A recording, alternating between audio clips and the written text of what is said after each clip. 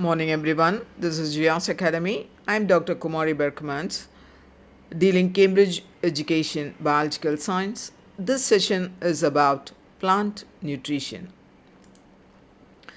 Plant nutrition refers to the process by which the plants obtain the necessary raw materials for photosynthesis and growth, including water, carbon dioxide, and minerals. This includes the study of how plants absorb water and mineral ions from the soil and the role of chlorophyll in photosynthesis and how plants use glucose produced in photosynthesis for energy as well as storage. What are the raw materials for photosynthesis in the sense? Number one is water, number two is carbon dioxide, and number three are minerals. If you take the water, the plants absorb water through their roots, which then travels through the xylem to the leaves.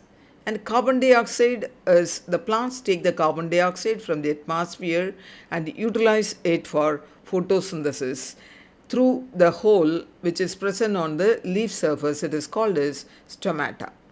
And minerals, in the sense, plants needs a variety of minerals from the soil, including nitrogen, phosphorus, potassium, calcium, magnesium, and sulfur, which are absorbed in the form of ions.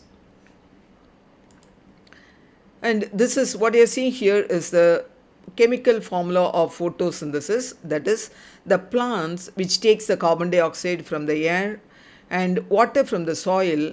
By using these two, it produces the glucose. The glucose chemical formula is C6H12O6, as well as it releases the oxygen outside in the presence of sunlight as well as the chlorophyll. Chlorophyll present in the leaves, and in the presence of sunlight the plants utilize the carbon dioxide and water.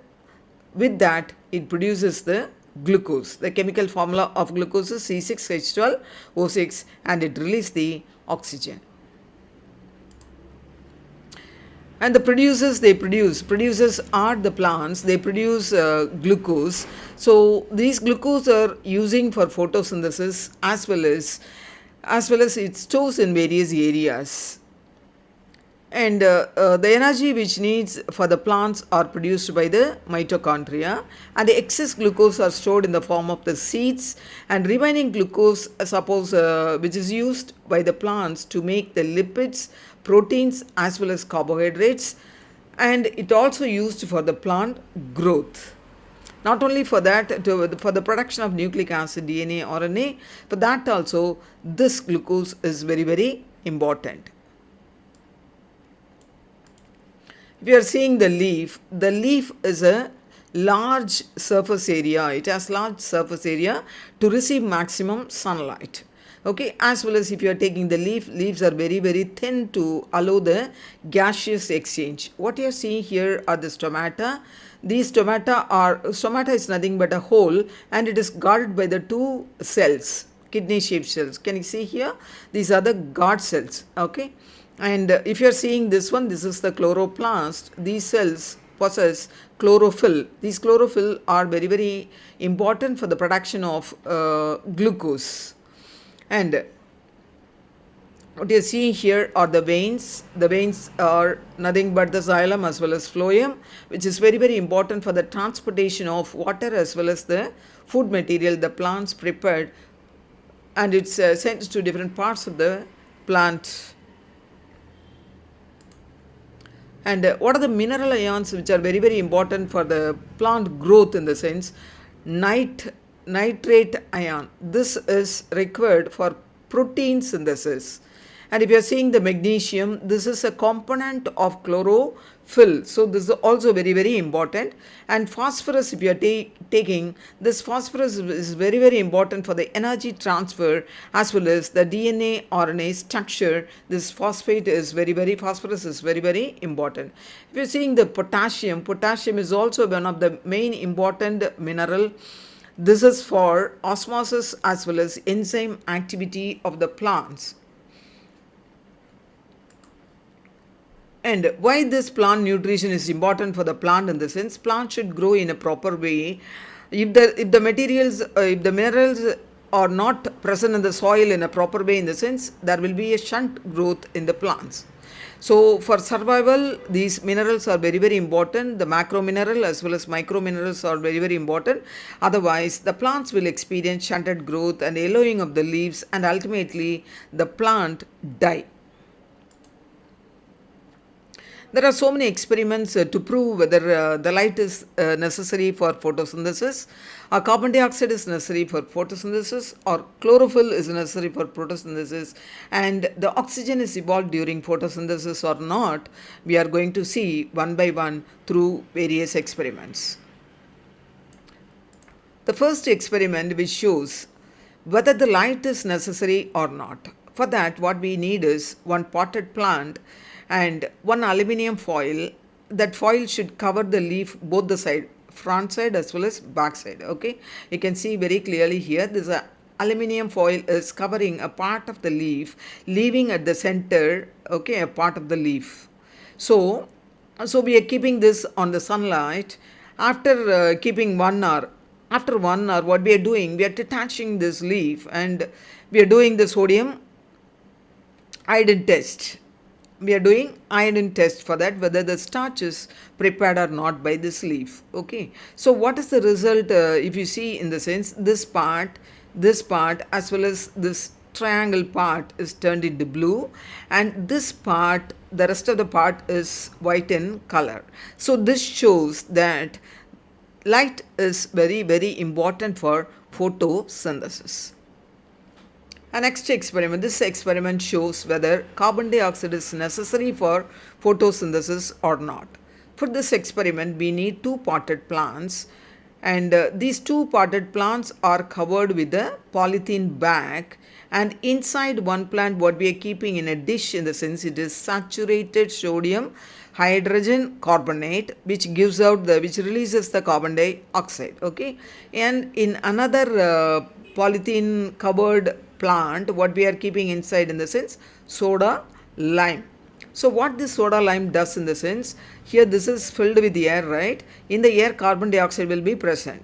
Okay, so this carbon dioxide is absorbed by this soda lime. So what is here now? Here there is no carbon dioxide, but other gases are present here. But we said it is carbon dioxide is very very essential for the photosynthesis, right? So after keeping this setup in a sunlight, after 1 hour, we are detaching one leaf from each plant and we are testing for iodine test. What happened here? This plant leaf is completely turned into blue, and this is not turned into blue. So from this, what is the inference, in the sense, here there is starch formation, here there is no starch formation in the leaf. Okay, from this what we conclude, carbon dioxide is very very essential for photosynthesis. This experiment shows whether chlorophyll is necessary or not. For this, what we are taking a varied leaf plant. Okay, you can see this single leaf possesses, this part is chlorophyll is present at this part, and the rest of the part there is no chlorophyll, right? Let me take the pointer. See, you can very nicely see this is day 1 leaf, that is we are keeping under the sunlight. This is first day, this is second day, this is third day, this is fourth day, and this is 7th day. Can you see the difference? This is bit dark, isn't it, compared to this leaf? Okay, now this leaf we are taking after 7th day, we are taking the leaf and we are doing the starch, that is the iodine test we are doing. While we are doing the iodine test, what happened? This part, this green part turned into blue, the rest of the part is not turned into blue. So from this what we understand, chlorophyll is very very essential for photosynthesis. Next experiment is to demonstrate whether oxygen is evolved during photosynthesis or not. Okay, for that what setup we are taking, in the sense we are taking one glass beaker and 3/4 we are filling with the water, then one glass funnel we are taking and we are inserting hydrilla plant in this in this, and the stock should be inserted inside the stock of the funnel. Okay, and just above this, what we are doing in the sense, we are keeping one test tube in an inverted position. Okay, what for the inverted position? That shows very clearly the collection of the oxygen. Okay, this is the test tube which is kept just above the funnel. Now see what is happening. The oxygen evolved outside just like a bubbles. Okay, slowly it comes and collect at the top of the test tube, right? So now what we have to do is, after 1 hour, we are with our thumb, we closed this one. With the thumb we are closing it, and we are inserting a glowing sphincter into the test tube. So what is happening here? This test tube is now, the glowing sphincter is brightly glowing.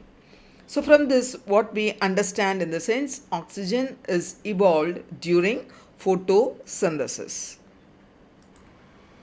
This method is called as hydrophonics. So what is hydrophonics in the sense? From the name itself we can know, growing plants in water, culturing plants in water, or growing or cultivating the plants in water.